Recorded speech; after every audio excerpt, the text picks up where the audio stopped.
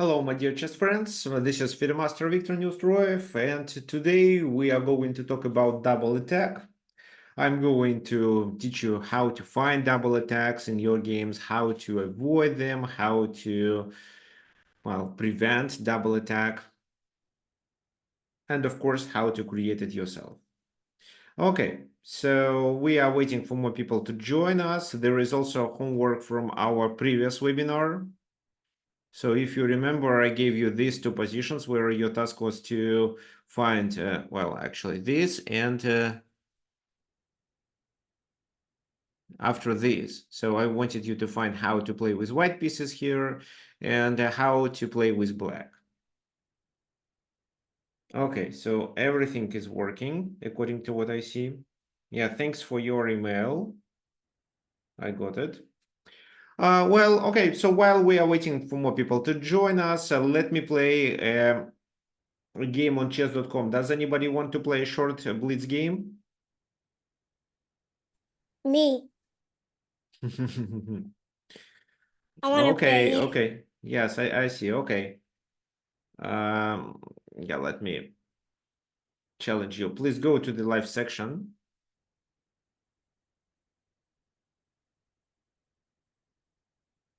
Only chess.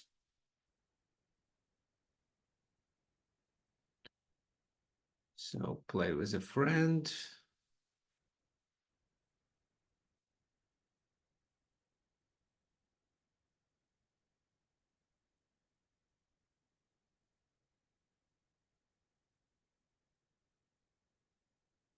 Well, why can't I find you? Okay, not random. No.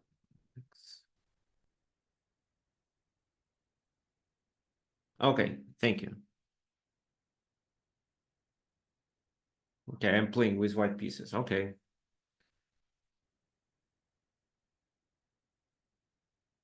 So I think today the webinar will be more easy. So those who are 1000, just you will understand almost everything, if not everything.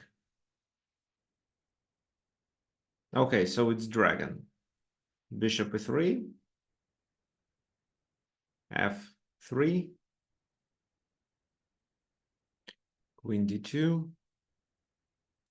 Most likely black plays knight c6 in this position. Yeah, then I play g4.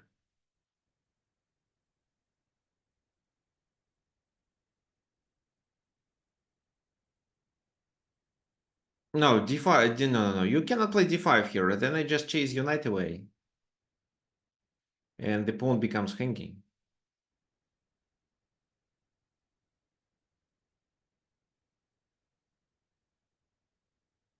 Okay. So let me take.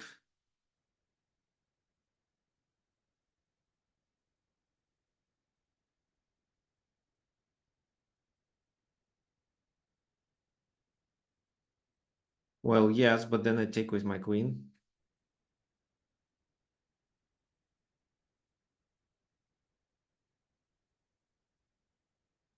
So it looks like black simply sacrificed the pawn here. Okay, f6. What's the purpose of f6? To take on g5. Then f3 is a weakness.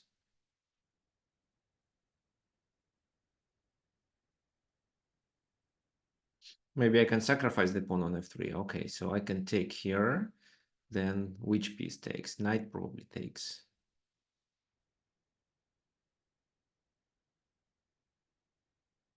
Okay, let me take. Knight takes, and then I can castle. So this pawn is still not under the attack because of this discovered attack. So every time the knight takes, I first take on g7.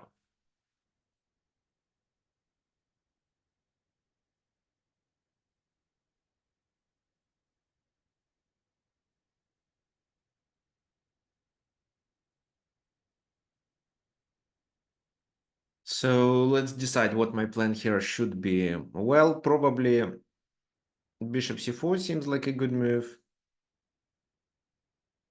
h5, what's the purpose of h5? To play king h7 and bishop h6?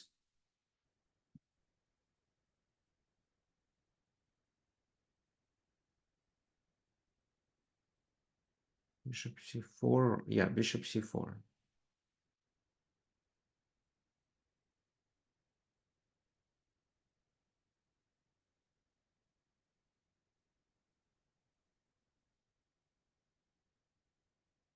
Right.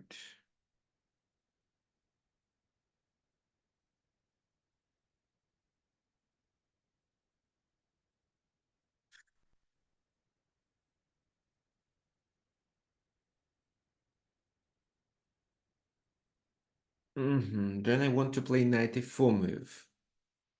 Yes, it should work.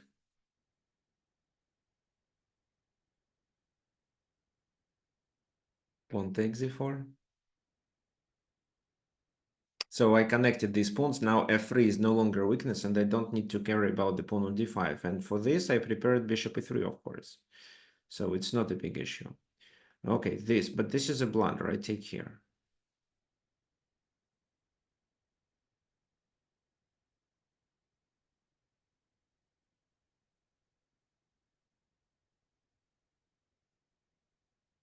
And if bishop takes d1, I take on f8, trying to invade into the enemy camp with my queen. Fine, let me exchange this rook.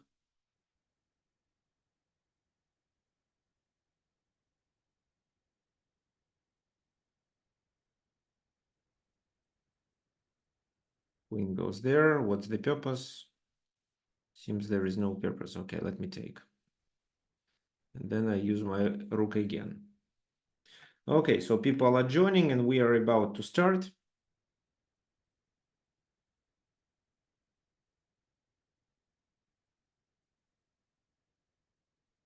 Just once I finish this game, we will start. And first of all, we will check the homework.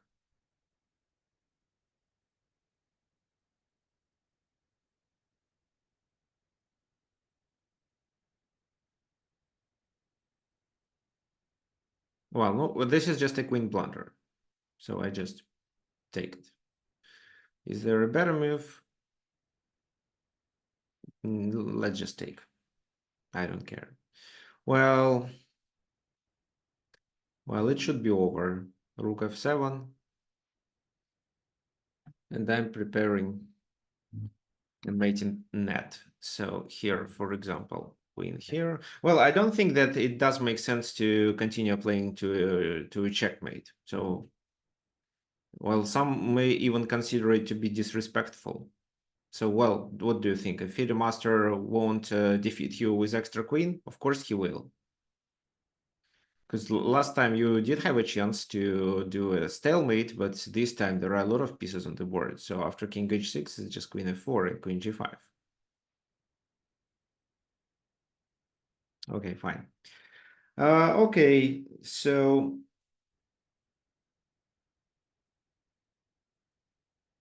I didn't let lose much points. yeah, sorry. Okay, but if you defeated me, I would lose a lot of points too. Okay, so this was your homework. What are your suggestions here? Well, there were very few answers.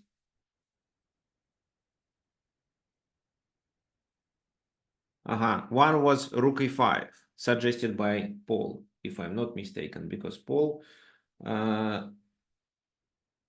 said rook d5, but probably he meant rook e5. So rook e5, let's check this move. How does it work? Rook e5, rook takes f4. Then what? Probably this, but then it fails. And this is also a weakness. Maybe king g5 to try to save it, but then it's f4. So I think white is winning. The pawn on h4 is lost. Okay, so rook f5 doesn't seem to be a good idea. Any other suggestions, guys? Okay, Alex suggests rook takes e4. Please explain what's the purpose of the exchange. Don't you think that you lose in this pawn in game?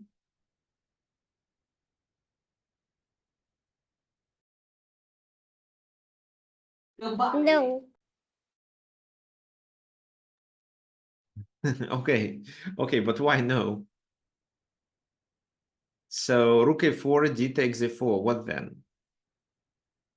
Okay, actually, well, let's say this move, take king g5, f3. Now what?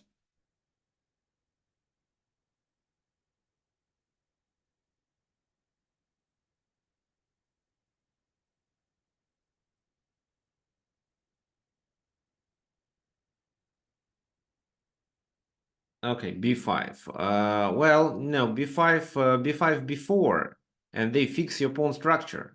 So you can, of course, do this, but instead they have this move. So this endgame is actually losing, and the reason is that your king is tied down to the defense of these two pawns. Now, of course, the king can go back, but it's just a simple win. So c6 king is 6, for example, and then just g5. So the king comes closer, and this pawn is promoted.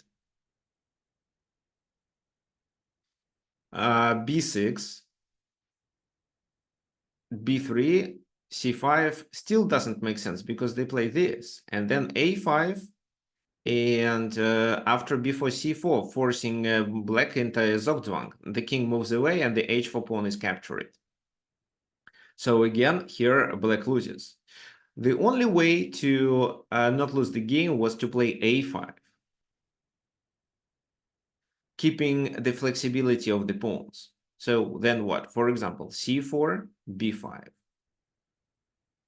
Not a4, because if a4 it's b3, a takes b3. Well, actually, I think it was also fine. Yeah, it was also fine because there is a reserved tempi. And this is a draw because, well, none of the players may progress. White may try to do a kind of a triangle, but you can do a triangle yourself. Black doesn't have any chances to win. So even if they play with the h pawn and sacrifices, or if they go there, it's too slow because then the h pawn is taken and the g pawn. So the g pawn is a protected pass pawn that the black king has to be tied down to. So c4, then b5 also works, but a4 was okay too. b5, c takes b5, c takes b5, and then the game ends in a draw. So why? For example, just any move, and here a4. If b3, then it's this. So why this? Because in such position, it's white to move. It was not important to not let the black king to stay in the Zogzwang. Well, a bit complicated, especially when you see that you have to exchange the rooks, because, well, if you just play this move, yeah, actually you lose. If you play this move, you still lose because they take on d6, and h4 is always a weakness. So, well, but maybe a rook e5, rook f4, rook e2. Well, it's still losing. So sometimes when there is when you're a pawn down, you can save the game in a rook endgame, but not an opponent game. So that's why, but if you pass the game to opponent game, you have to calculate accurately because every tempo becomes decisive. Okay, then next example. So in this position, I ask you to find the best move. And actually, Paul's suggestion of doing knight c7 was very good. Many of you may think that this is a good move. Well, we are down the exchange, we should win this exchange. No. Then bishop e6. They are attacking our bishop, and if we take, they take with the knight. Well, this knight is trapped. If no, let me explain it. So they take, king takes, the knight is trapped, black is a knight up. If, for example, the bishop retreats, or maybe they take here, then bishop c4, bishop takes h8, king h8, the knight escapes, right? But after rook c8, there is a pawn hanging on c2, so black wins anyway. So that's why the best way was not to capture this trapped rook, but to escape with the knight first. Attacking the rook. Rook b8, rook d1, attacking this knight. So bishop e6 no longer works because you can just take on d4 then.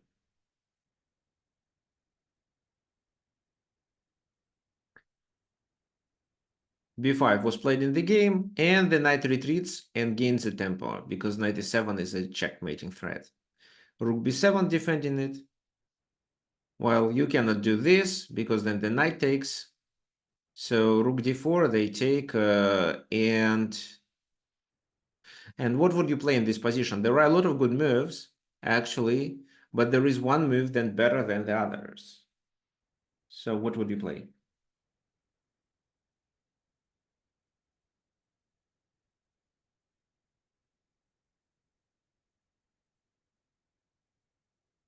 Okay, so those of you who watch this webinar on YouTube, yes, there is a Zoom link. So if you register it, you should receive it. If not, message me at Tricks of Chess. tricksofchess@gmail.com. I'll send you the link.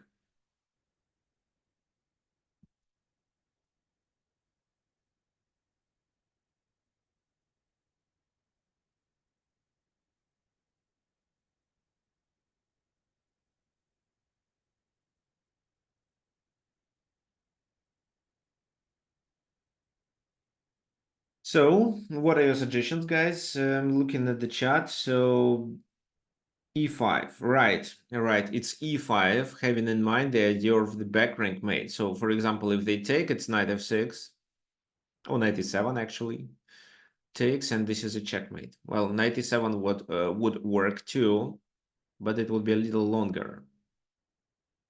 So that's why after e5, they have to react with f6. Take, then knight takes f6, king f7. Knight goes back, threatening with a fork. Rook goes to d8, because there is nothing else they can do. So for example, if let's say they try to defend it in that way, then we would continue with this move. King goes there, and knight c4, capturing another pawn. So there is more than a full compensation for the exchange. So that's why here black played this move, sacrificed the exchange, and then the game ended in a draw because of the bishops of the opposite color. Okay, fine. So today we're going to focus on double attack. So, well, what you guys need to understand about double attack? Well, it's probably the most simple and the basic tactical motive. So the double attack is an attack on two targets simultaneously. Also, it's called a fork. Well, you may think that you obligatory need to attack two pieces in order to create a double attack. No, it's not right. So it can be a piece and something else. For example, the first target could be an unprotected piece, and the second can be a mating threat or a threat to trap a queen or another piece elsewhere on the board. And actually, any piece can execute a double attack. For example, the queen, especially if the board is open, the rook can attack two targets lying on the same rank or file. The bishop can attack two targets diagonally if they are on the same diagonal, or yeah, if they are on the same diagonal actually. The knight can fork a lot, and this is what is really difficult to visualize if you calculate the line deep enough. So, and the knight can fork up to 7 pieces. Sometimes even the king can initiate a double attack.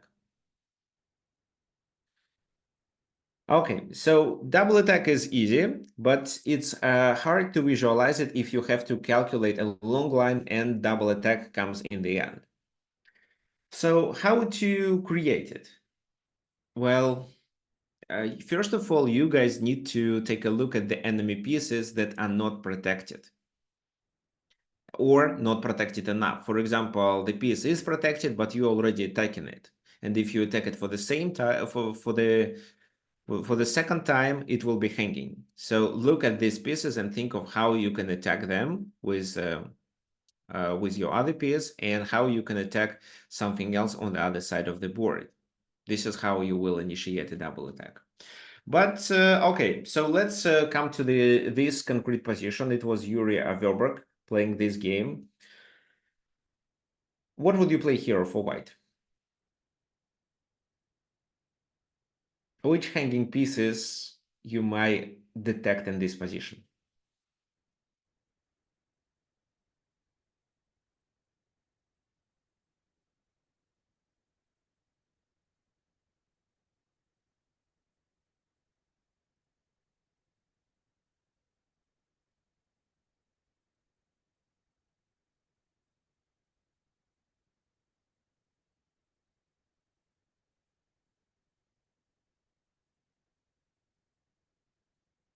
So what are your suggestions?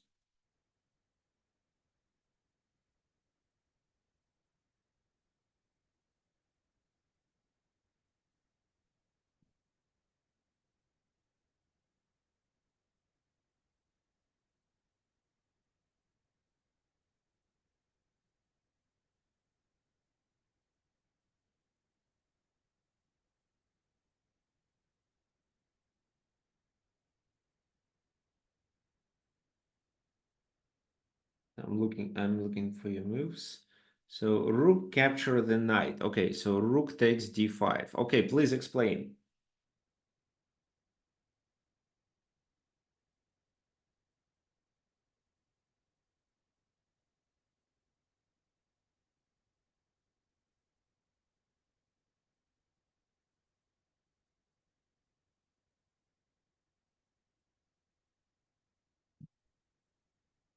Okay, so there is bishop f3. Well, okay. So here you have to, in order to create any tactics, you have to think about tactical motives that may appear in this position. Well, bishop f3 is one of them. What does the bishop do? Attacks g2, potentially attacks c6, d5, and even the rook on a8. So this is a very interesting move that we should analyze in details. But before doing it, we need to think about something else. So what something else we can do? Well, this move is also kind of a double attack. We attack e8 and d5 at the same time. So we can, if we get rid of this knight, then we can easily get rid of the pawn by taking it. And also we can play bishop f3, which will be double attack on this rook and maybe the other rook, or maybe the pawn on d5. So maybe we can combine it. And that's why you come up with the idea that probably rook takes d5 work here, right? So rook takes d5. Another suggestion is to play this move, but it seems a little slow because it allows them to retreat back with the bishop and cover the f6 square with the bishop. So instead, yes, it does make sense to take. Well, there is no better move but to take back and then knight f6. And here, the key is that the king has only two squares, which in fact he even doesn't have. Why?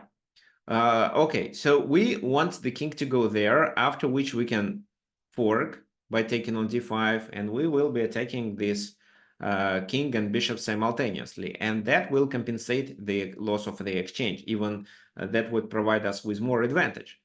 Probably the king can go to d8 and f8, but if you look at this position, you will definitely realize that the king is limited. If he goes there, you can attack it with this move, forcing him to go to e7, and after that it falls under a double attack. If he goes there, then you can do a similar move, but on the other side, and again the king has to go there, and then you take on d5.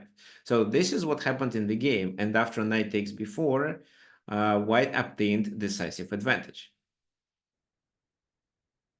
Oh, well, of course the game continued, so it was this, but you see, white is already winning. So bishop b7, it's possible to deliver a check, but bishop d5 was played in the game to neutralize the bishop.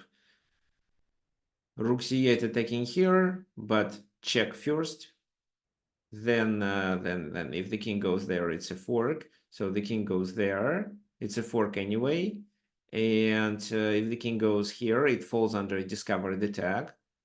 So the king has to go to f8 only, then just c3. And yes, white is winning. Well, why? Because with this bishop and the knight, they can stop all these pawns. Taking on h7 right away is a mistake, but you may consider it later. So rook f5, knight goes to e4, rook c6, h4, supporting the bishop so the knight can move. If, let's say, in this position, they try to attack this piece in order to capture this bishop, they would still blunder a fork with knight d6. Well, this is how white successfully finished the game. We can just quickly go through the game to the very end, and you'll see it. Before trying to create the pass pawns on the other side. So rook e1, this is the object of the attack. The c5 works as an outpost for the knight too. So f6, king c2, rook goes there to attack, but bishop h6, there was a pawn exchange, then the bishop goes back. Finally, the knight goes to the outpost, trying to undermine, but a3. So the key idea is that white is about to promote these pawns, but these pawns are stopped with the rook and bishop activity.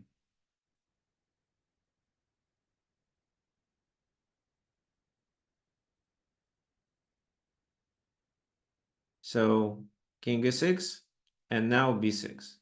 So b7 and b8. So what they can do to stop is just to bring the knight back or to bring the rook back, but even this doesn't work. Why? You just bring the king here and then the pawns. So king f5 was played on b7, and they resigned. Why? Because if they played this move, how would you guys play here?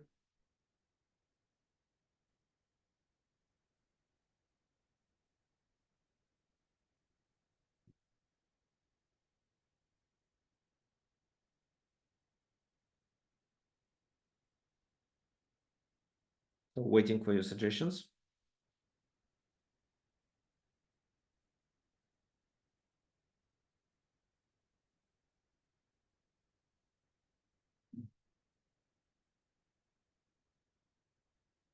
Yes, thank you. Yes, it's knight d6, definitely. If the rook takes, you promote. If the rook doesn't take, but the king moves, then you block with knight c8, and then you promote anyway. Okay, perfect. So that was a very simple, well, not very simple, but a simple double attack. You play rook d5, knight f6, and knight d5. How we were able to visualize it? Well, first of all, we definitely see a nice check on f6, but we cannot deliver this check because of the knight. Second, we see that if we sacrifice the rook and then we capture on d5, at least we attack the bishop.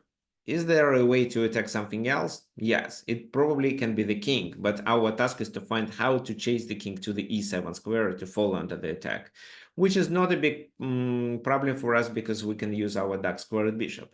However, you can also consider bishop f3 in your games. If you see that rook d5 doesn't work right away, maybe it does make sense to play bishop f3 first. Okay, fine. Let's continue with the second example. Well, take a look at this position and tell me what you have in mind here. Well, white has an isolated pawn, so what we typically do with an isolated pawns?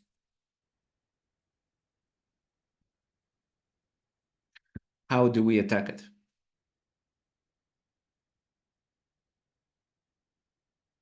So this is a situation which is easy to blunder because by the first glance, it seems that everything is protected and there is no risk for white.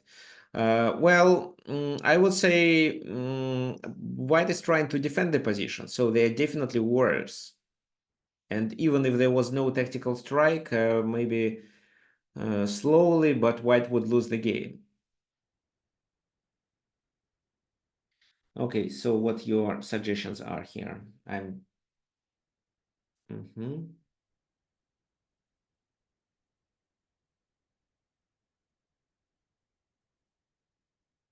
By the way, guys, so I think thank you for your suggestions regarding the topics for the webinars. I think the next webinar will be about solid chess. So how to play solid chess.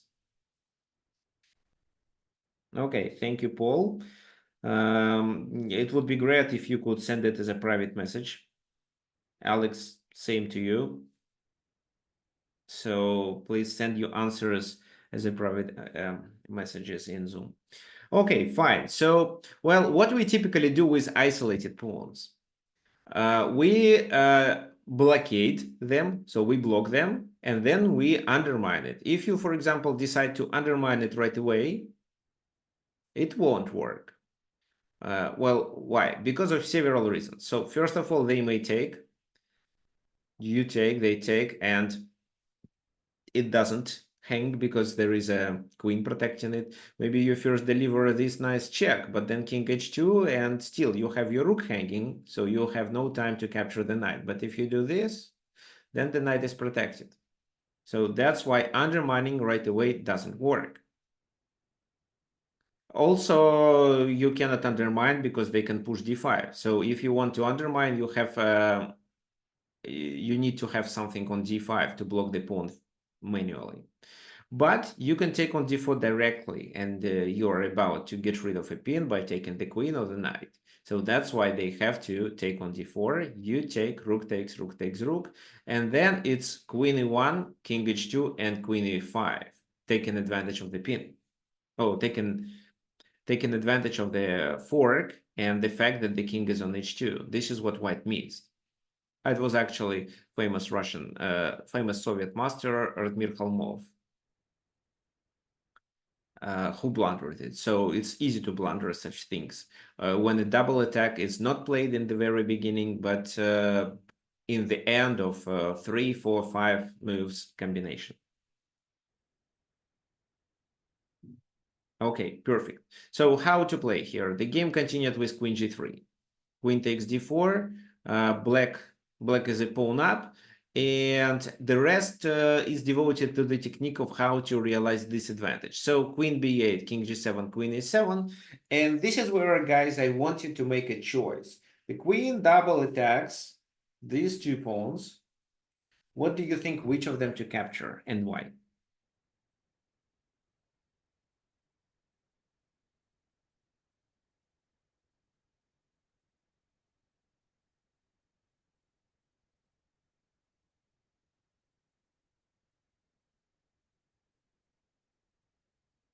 It would be great if you can explain why. You can unmute yourself.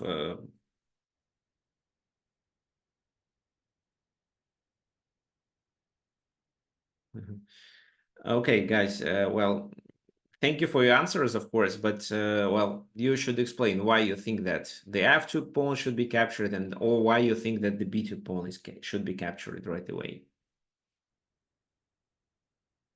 So there is a scenario in which white may draw the game, but what should happen?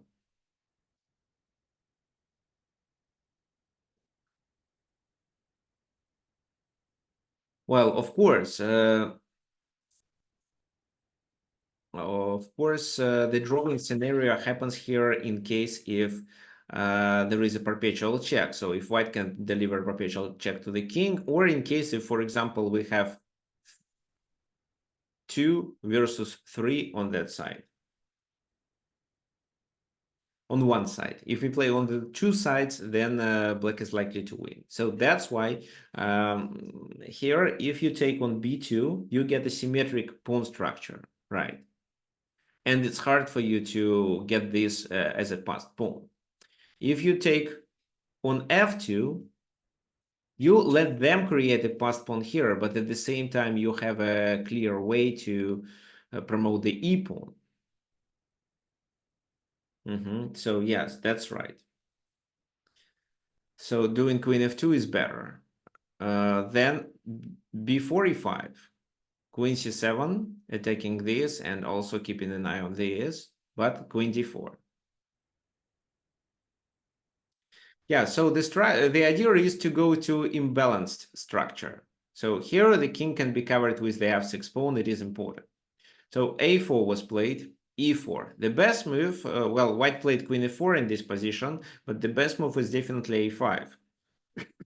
a5, pawn takes, e3, a6, e2. If they play this move, how would you continue?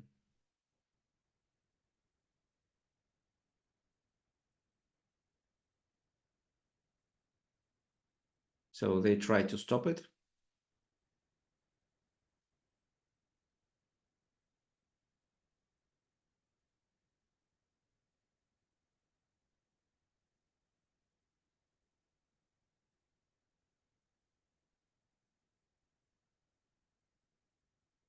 Yeah, so it's queen f4, queen f1, and then e1 equals queen. So queen f4, even if g3 is played, it's queen f2 first, and then e1 equals queen. Or in case if king goes there, it's queen f1 and e1 equals queen.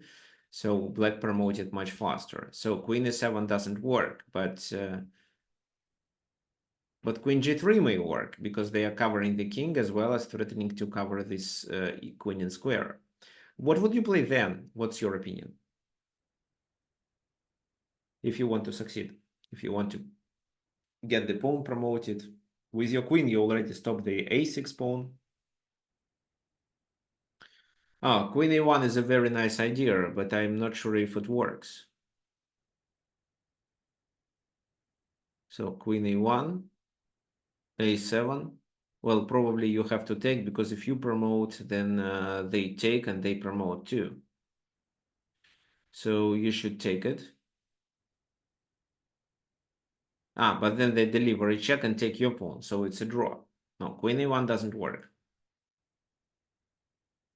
It should be something else.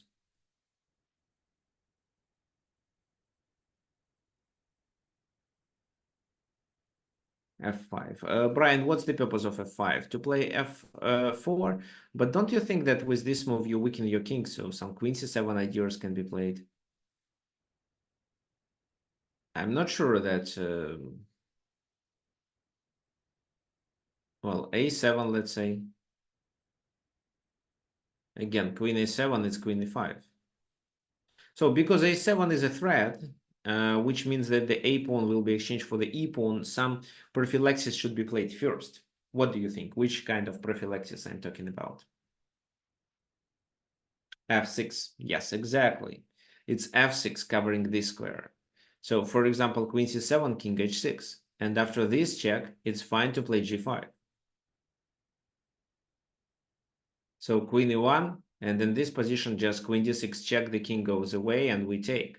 So we are 2 pawns up, and this is, of course, winning. So queen d3, queen d1, and that's it. Even if they are able to protect with the king, we can successfully exchange the queen, sacrifice the pawn on e2, and then win this 3 versus 2 pawn endgame. So even a5 lost, but queen e4 lost even quickly. b4. Queen e5, king f8, there were some checks, but because of a cross check, so you see here, for example, queen c6, queen d6, because of this opportunity to deliver a cross check, the white's checks are limited, and that's why there is no perpetual check. So this is the only logical check, and then queen d6 a cross check. So king goes away to deliver a check on d5. But queen c4, so we are covering the squares that this queen may use to check our king. g4, h6, queen e4, king e6. So, well, we are 2 pawns up, and then we can successfully realize advantage because, well, the king is not so compromised here.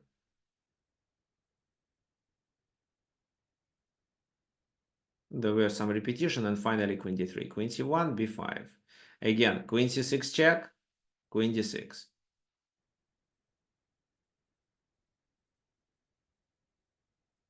And here again, the number of checks is limited. So queen b7, the king goes there and then escapes here.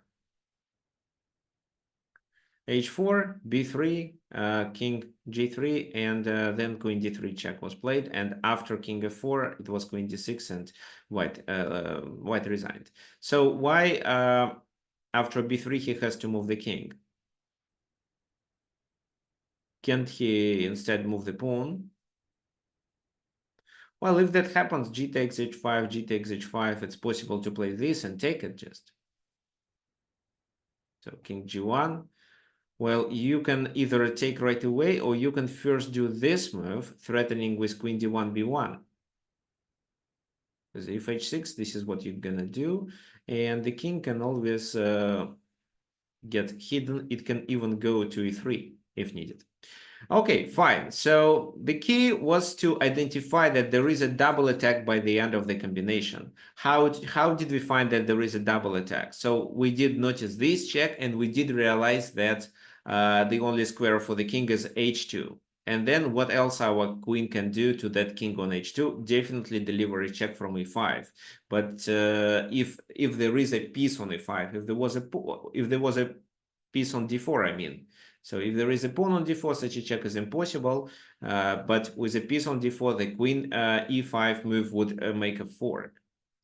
Okay, so now we continue with the next example.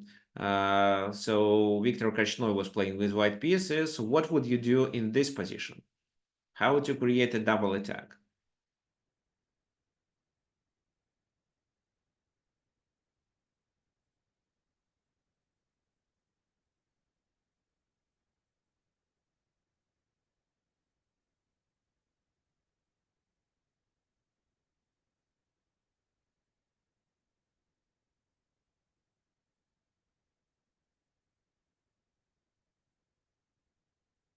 Okay, so there is a suggestion of doing 95. Am I right? What's the purpose of this move? The idea is to play d6. Okay, so 95, bishop e5, so d6 cannot be played. But even if I took with the pawn, d6, okay, knight c6, can I play knight c6? So I don't think there is a purpose of doing this. No, it's unlikely to work. What else can be played in this position? So look at your pieces, look at the queen side, and look at how enemy pieces are stuck on the 7th and 8th rank. And that can give you a hint. So rook c1 is suggestion by Paul. Well, you add pressure here. But I don't think that you actually threaten to take. You take, they take. Then what? You sacrifice the queen? They take with a knight. No, I don't think it works. Rook c1 probably doesn't make any sense. Or if you think it does make sense, Paul, please explain, because I don't see the purpose of playing this move.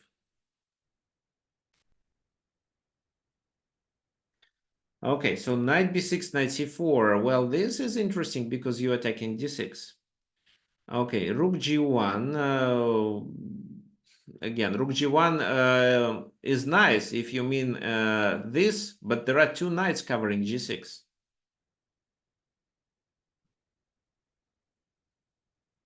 So, guys, it's not so difficult. I thought that that this webinar will be too simple for you, but looks like it's not. Well, you cannot find a simple continuation here. Okay, so I'm not asking you to win a lot of material. I'm asking you to gain at least a pawn. King c1. Brian, what's the purpose of king c1? Okay, Liliana suggests rook a7 or bishop a7 with the idea of gaining the material back. Okay, so those of you who suggest bishop a7, so what do you have in mind? So rook a8, then knight b6, then rook takes, and you take on c8 with the knight takes on c8, rook takes on c8, queen d7.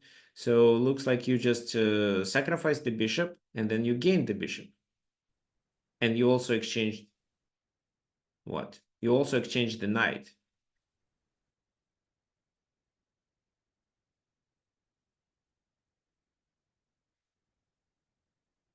So I don't think there is advantage after this. So, well, bishop a7 is definitely the move that deserves our analysis. So fork, this is how we give up the bishop. But then if we take on c8, knight takes, rook takes, and queen goes to d7. So how do we win? And why this position is so good?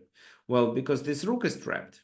Well, yeah, the rook is restricted. So this is this is one of the ideas.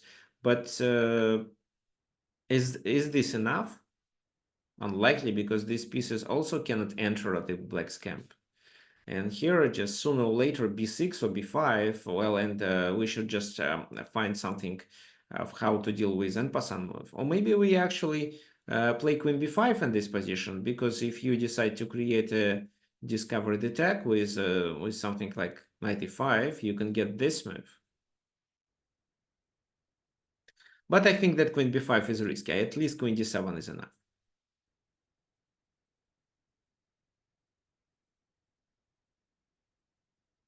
Or maybe queen e7 and then knight d7 and b5 or b6.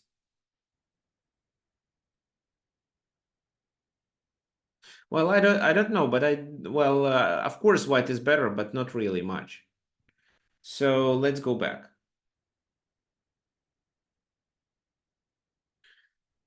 Okay, so looks like there are no more suggestions, and actually the move that I wanted you to find was this, but not knight takes c8, but rook takes c8.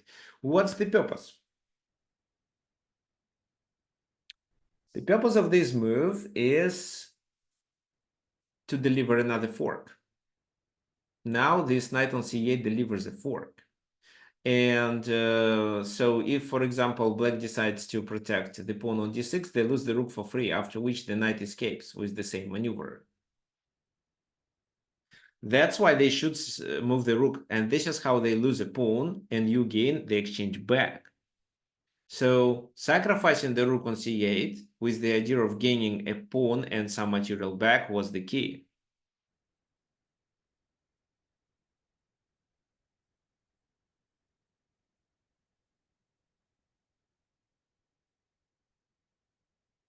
So, well, here you may say, but they may not accept the sacrifice. We just exchange the bishops.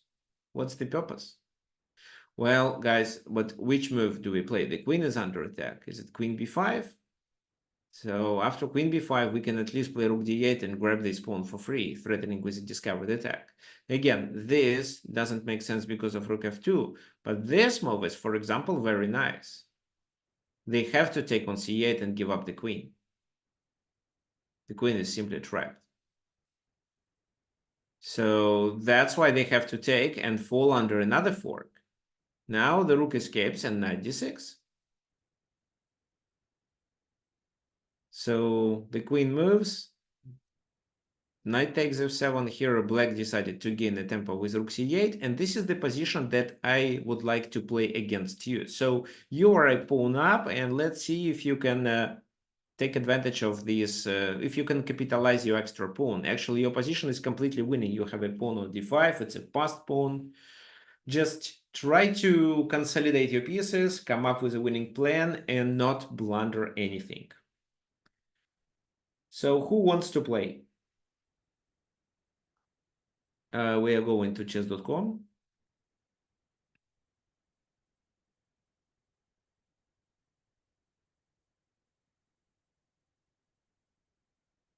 So play.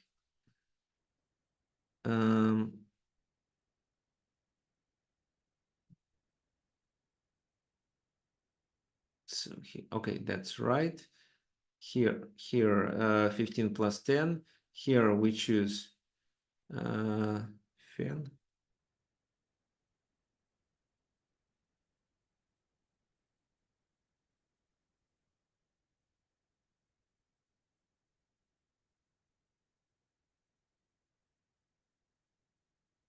Am I sharing the screen, by the way? Looks like not. Let me. Yeah, now I'm sharing the screen. Oh, it's not Blitz, it's 15 plus 10. Because I'm going to play a few games simultaneously.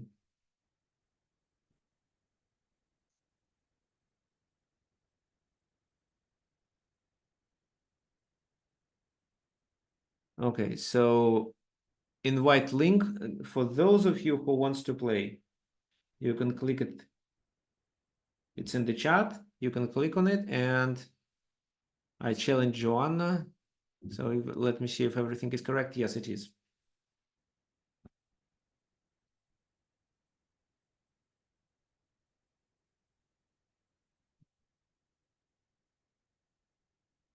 Who else wants to play? Please let me know. But remember to make the first move within the 40 seconds. If the first and the second, otherwise chess.com will abort the game.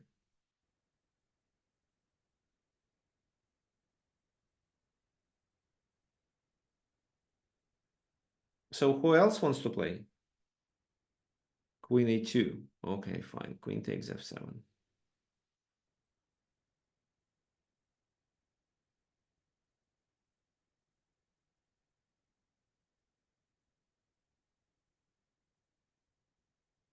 I will try to take advantage of my bishop, if I can activate it, of course.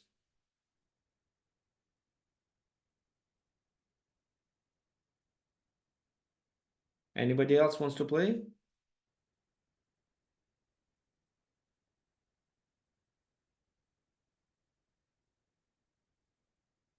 So either click on the link or tell me your username. Yeah, you have to play quickly. Otherwise, the game will be aborted. The second move have to be played. Okay, queen b3, fine. Queen b3. So probably white is going to play b5 here.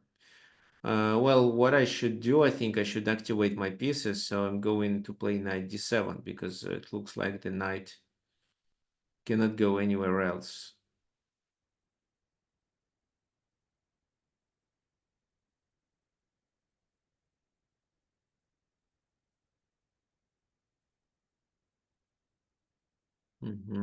So I lost the control over the f file, but it was easy for white to obtain this control. So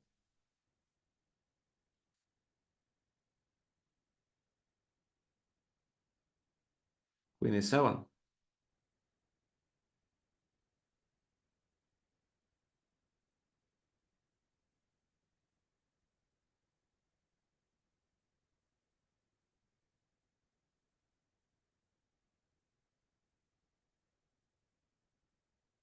Queen a2. Maybe I can start with some immediate actions. I was thinking about, well, no, I cannot. There is no way I can invade with my queen. Yeah, the problem is that my pieces are restricted. So even if I play b6 and they take,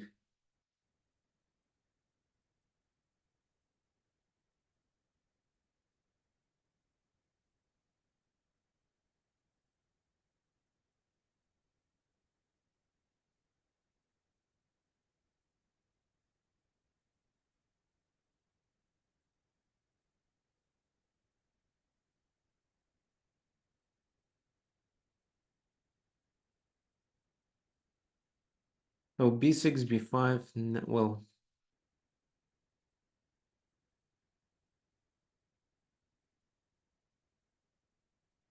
okay, I'm trying to activate the bishop first. So, Brian, you can, okay, what I'm gonna do, guys, I will send you a file here in the chat, and you all take a look at this position. Think about what you should do in the next few moves. And then once you're ready, challenge me. So this is how you have time to think before we start the game. Okay, bishop comes to e2. What's the purpose? Probably it goes to a4. What I can do? I wanted to try b6, but I don't want to lose on a6, but maybe I have to. Okay, my knight cannot go anywhere, and this bothers me. So queen... I can play bishop d6 if I move my queen away. Where do I move my queen? Because I don't want to give up the control over f7 square too.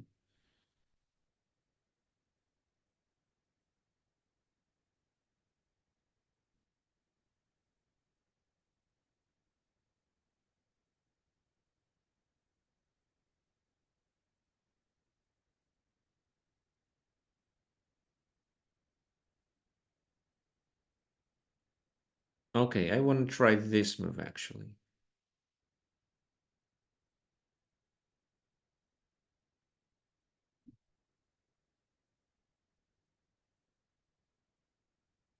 Maybe it's not a good idea, but let's think.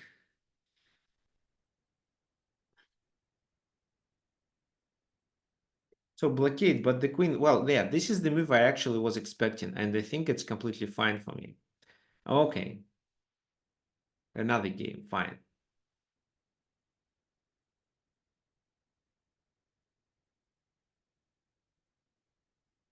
So the queen is under attack.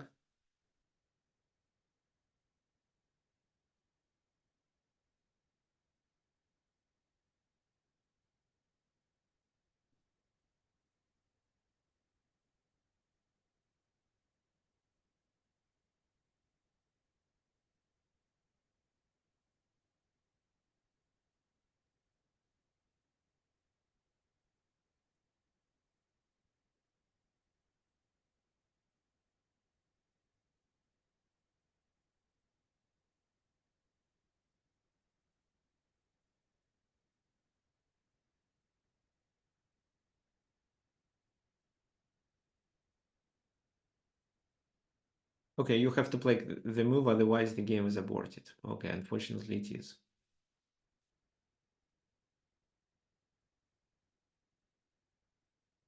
Okay, so rook f7. Didn't I play king g8 here? King g8.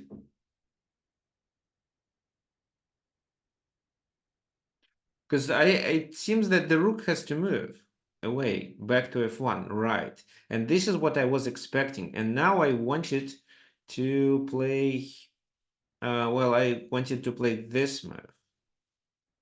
Or maybe this move. No, well, I don't want the rook to enter my camp like that, so bishop e7 first.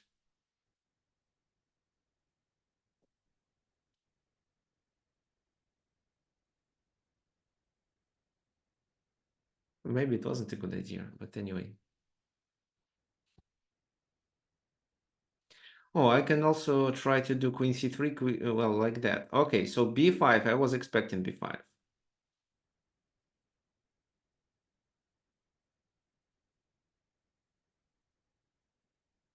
I mean, I was expecting bishop a4 and prepared b5.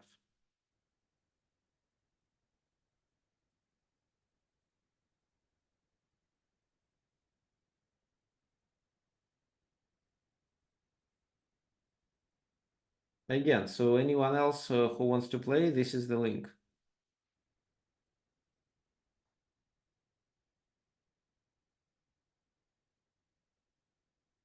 After en passant, I have to take with my knight.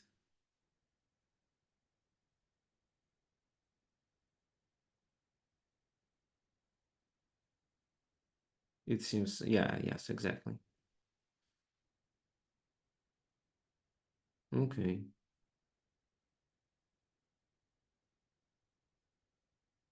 So if I move the queen, it's d6. So let me move the king.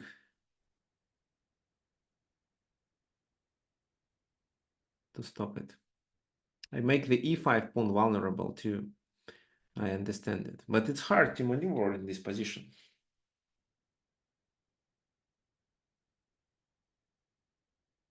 How? Yes. Okay, so now my knight and queen are tied down.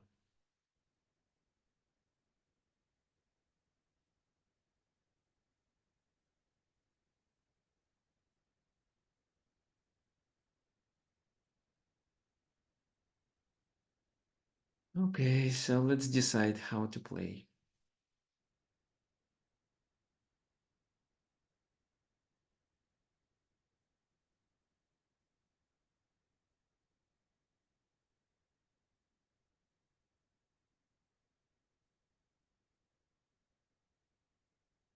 So I was thinking about rook c4 idea. So bishop takes, pawn takes, then I jumps to c5, then I exchange, and then I lose on e5.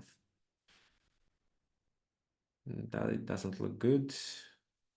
So doing queen c7 doesn't make sense. Well, it's hard to play here.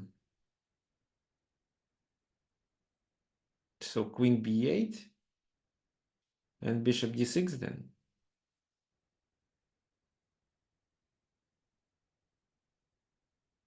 Yeah, let's do this.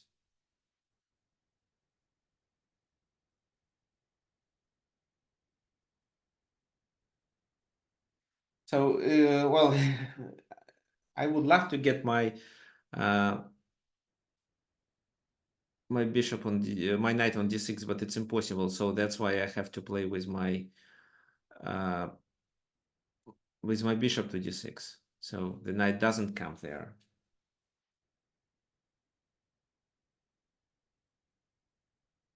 I'm defending this enough times, so rook takes rook, and my queen is flexible. Ah, rook c6, this is what I missed. Yeah, nice idea.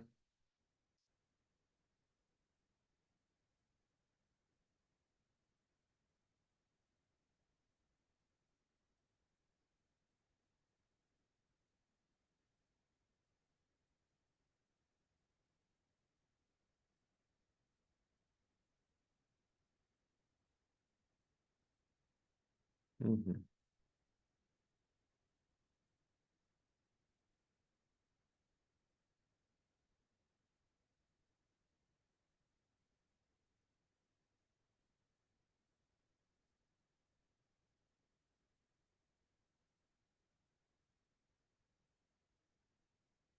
Maybe I'd better take on c8 first.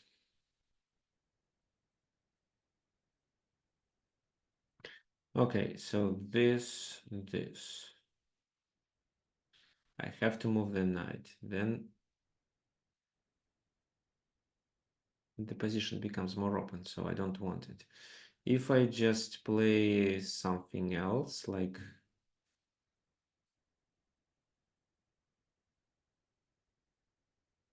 rook f2, it's this.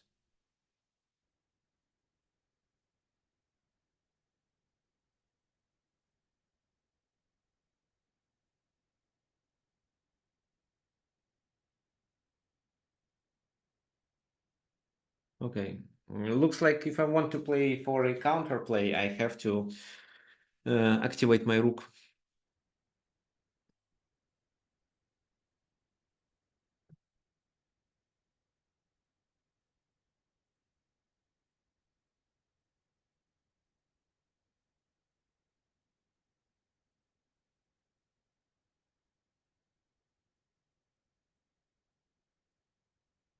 So rook c8.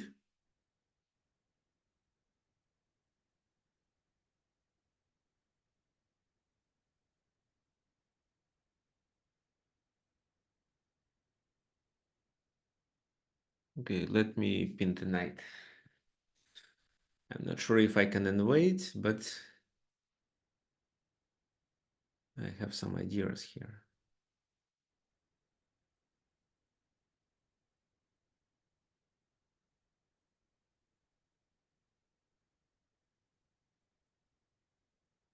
So rook c8, maybe queen a7 does make sense.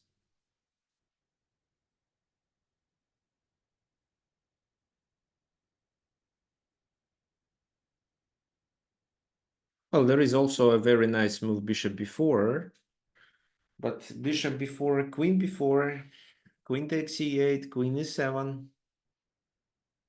Now, maybe it's fine too. I can just retreat with the rook back. Yeah, it's fine too. So rook c8 doesn't work.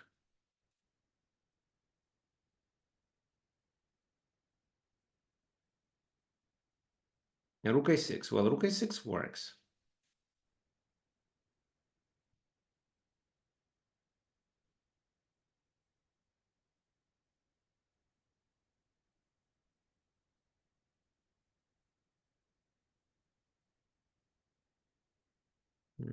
Queen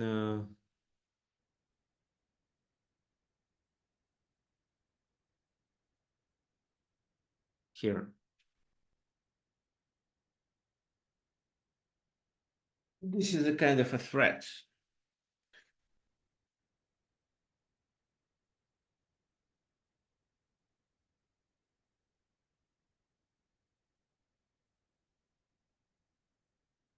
So I should expect rook a7. Maybe not in this position.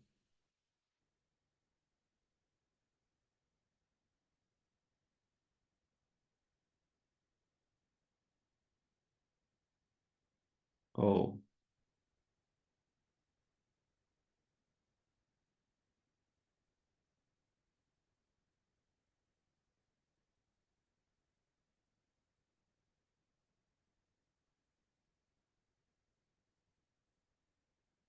and then what? Queen c6? Yeah, queen c6. .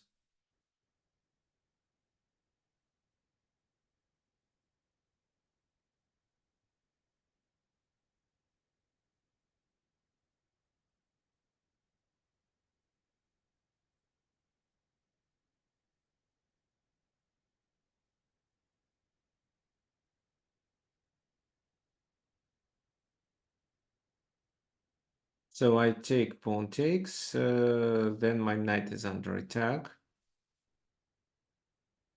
And if I move it after c7, I cannot stop this pawn. So that's why I cannot exchange the queens. I can try this, this, and then this.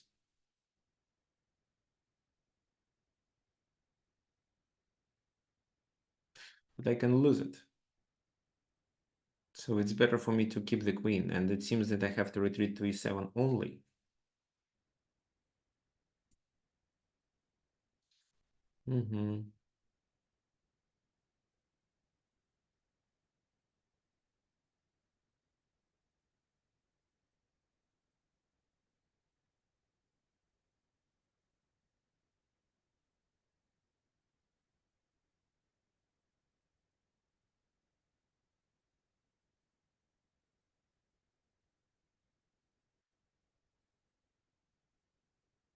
D6. Okay, right.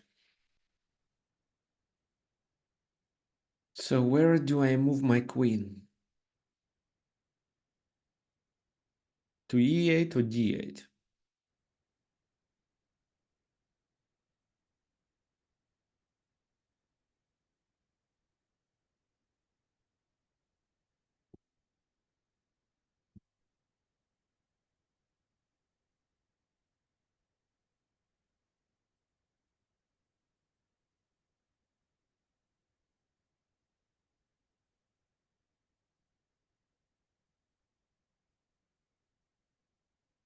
So e8 I'm pinned.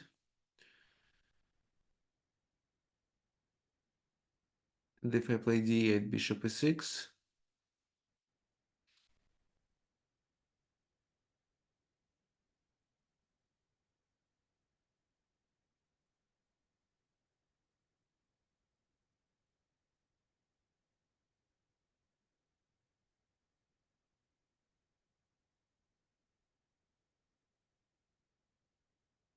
Well, it should be d8 anyway.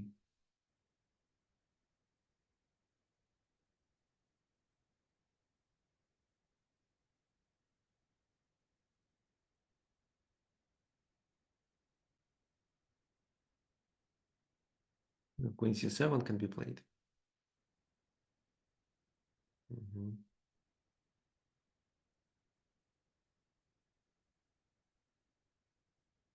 Queen e8.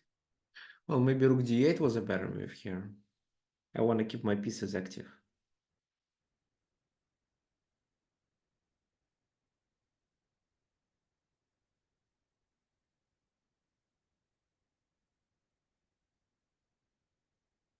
No, it's a losing position.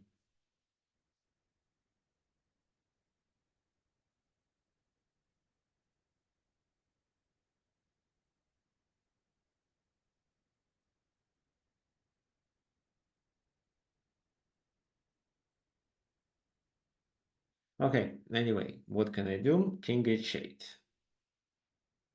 First.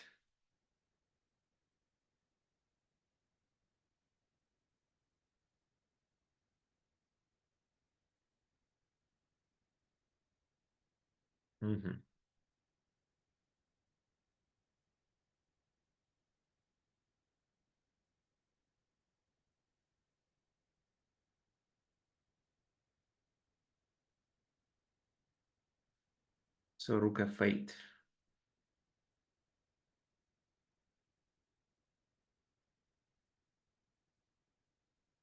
Yeah, but the problem is that still my queen is restricted. Bishop d5 to promote.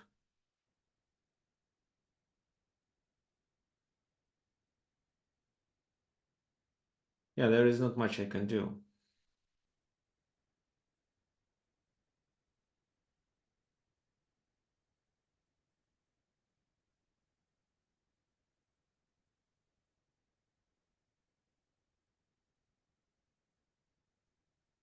Okay, yeah, let me resign. Well, I don't know. I can also play a few more moves, but I think it's already over. So, well, I don't know. Queen c8 probably.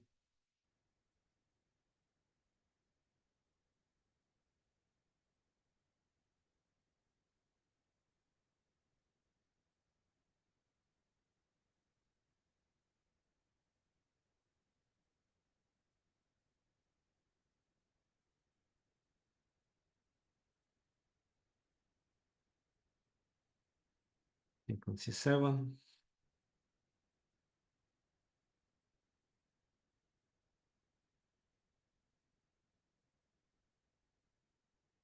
Well, okay, and this is losing. Okay, so let me resign. Let's do a game review. So in my opinion, white really played very strong.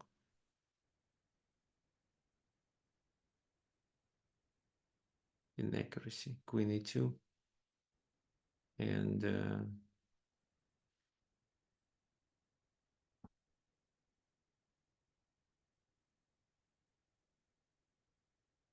bishop b3 is inaccuracy. Okay, so let's upload it and analyze together.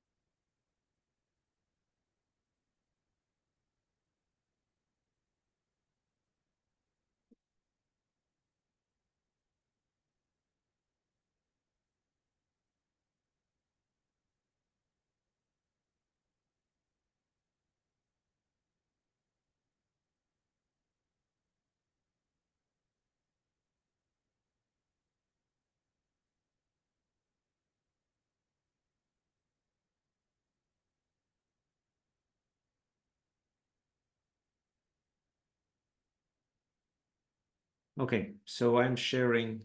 No. Let me share the screen again. Portion of the screen.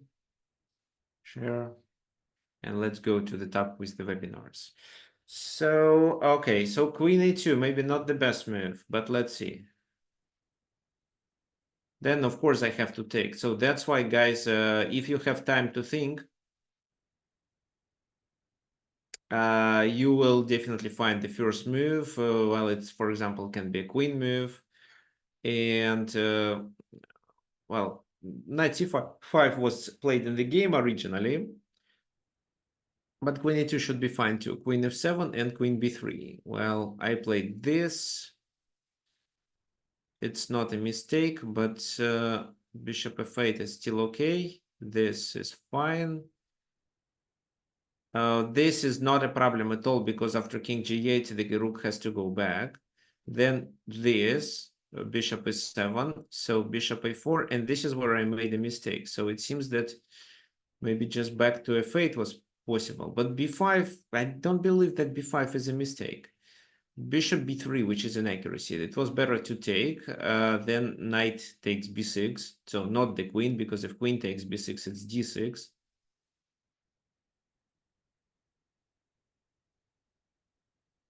And then bishop c6. And then I thought that I'm in trouble. So this is the line that I calculated. So here I wanted to play rook f8 to exchange the rooks or try to enter the enemy camp on the king side. Bishop b3, king g7.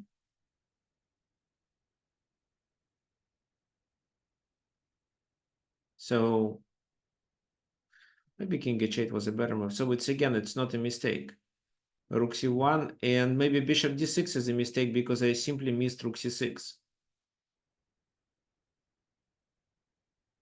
Maybe I'd better play rook takes rook. Yes, rook takes rook, but I'm still losing here. The queen invades. And then it's knight c5. So yeah, it's a losing position anyway. So bishop d6 is an accuracy, but rook c6, rook f8. And in this position, queen f8 is a mistake. But how this move can be a mistake? So I'm actually, I started engine now, and I see that, yes, it is not the best way to play. But so what was the best way to play? Just a king move with no purpose? No, okay. So queen f8 is at least logical. Rook d6, queen d6. And this is losing regardless of what I play. So even if here I played queen e8, it could be a6 right away. Yes, and this queen c7, and that was clever. I missed that there is bishop d5 at the very end.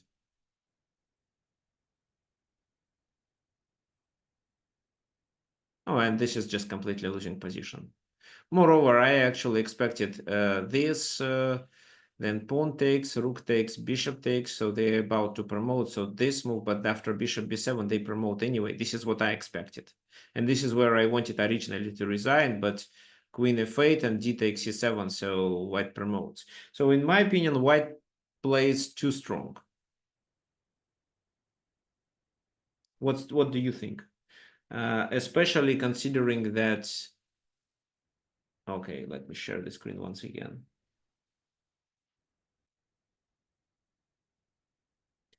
Especially considering current level. So rapid 800 and blitz 700.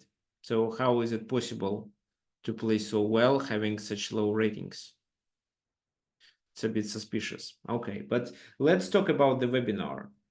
Let's talk about the game, and I want to check out. I want to go through the game between Karchnoi and Enrico Paoli.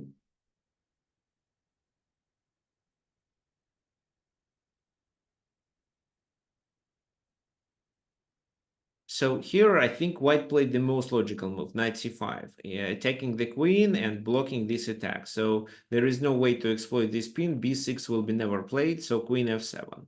And then rook f1, preventing the queen's invasion. What then? So queen e7, queen d3. Well, rook d8. Well, it's difficult to suggest anything, and the queen goes there. Now king g8 to prevent invasion. What do you think your next steps should be? Well, I'm sure many of you here say that bishop c4. I agree, but then rook d6 and the pawn is blocked. So what do you think you should continue with white?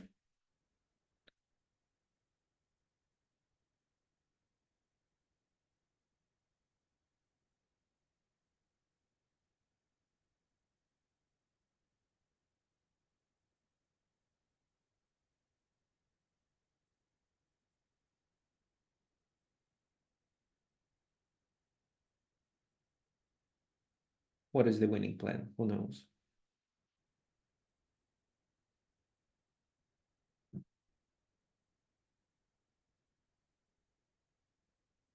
Well, 96, Brian. Yes, you're right. But how it's possible to play 96 if there is a pin? So right now, definitely not. But moving the king away and then 96. So here, ideally, you need to play something like that. Queen c7, king b3, queen e7, queen f2. Well, it's the same. Queen e3 or queen f2. Queen c7, knight e6 was played. So, for example, if knight e6, it's d takes e6. Well, e7 becomes a threat. That's why queen e7. But then it's this, and the rook invades. It's a completely winning position, even despite that the bishops are of the opposite color. Here, it doesn't really matter. Because white simply captures these pawns and this bishop is out of the place of action at all. Okay. So what then? Queen e7. Queen c5, as I said, this move, and then after king c3, black simply resigned. Why? Now, okay, let's say...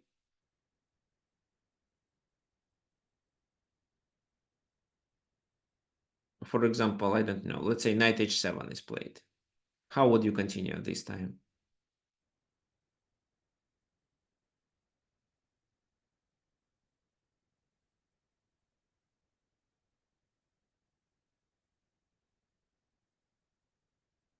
What do you think? So, by the way, this webinar is recorded, and tomorrow I'm going to send the recording, the link to the recording of this webinar to everyone who registered, as well as the homework.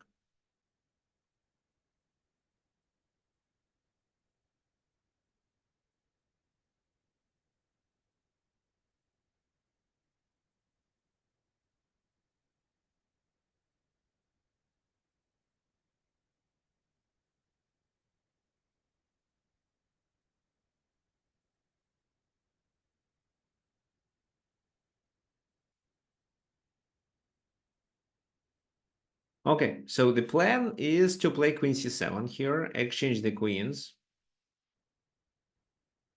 Maybe take even, and then knight goes back, attacking b7, and then d6 with a check and invasion of the f7. So let's say queen c7, queen takes queen, knight takes queen. Rook d7, knight goes to e6, and the knight still goes there. Because if the rook will be staying on these two squares, then it's d6 with a tempo, and b7 is lost. And this is how the game was could be won. Okay, fine. So I have a homework for you. And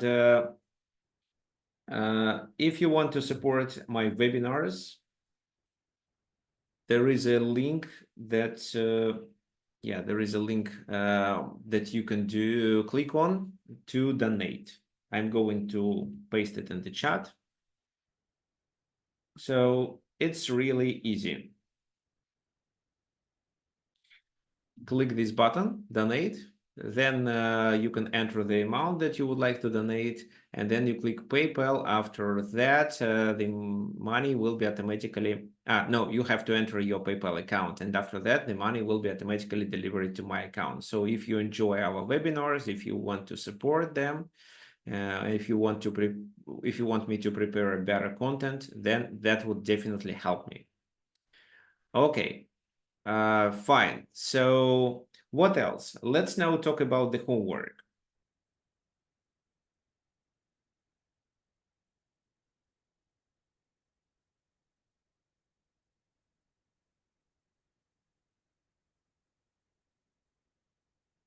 This is the homework that I prepared for you.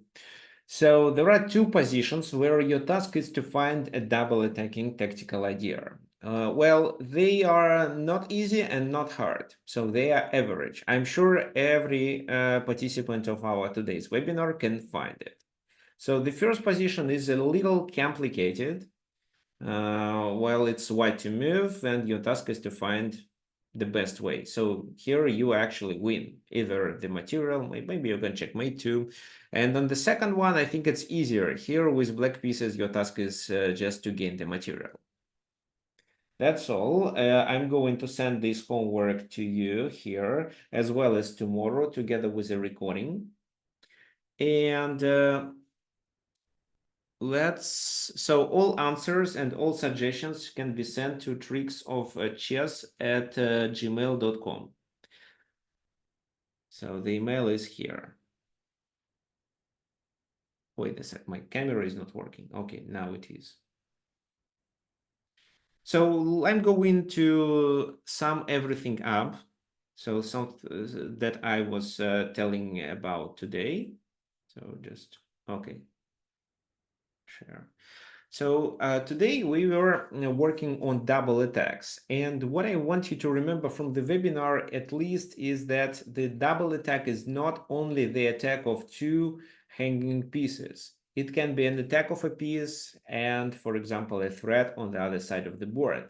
Moreover, it can be any threat, like a trap of a piece or a checkmating threat or a threat to improve your pieces on the other side. For example, you fork the king and at the same time get your knight to the outpost on the very next move, which was hard to achieve through the other squares, but it's so easy if you deliver a fork and the check to the king. So what else? How to notice this double attack? You need to look for enemy hanging pieces, at least not protected pieces, or the pieces that are not protected enough. By saying pieces that are not protected enough, I mean pieces that are protected, but at the same time are already attacked with your pieces. If you attack for the second time, you'll be threatening to take them. At least this is what I want you to remember from today's webinar. Okay, guys, thank you for coming and see you next Sunday with a I think with a better webinar, with more complicated webinar, how to play solid chess.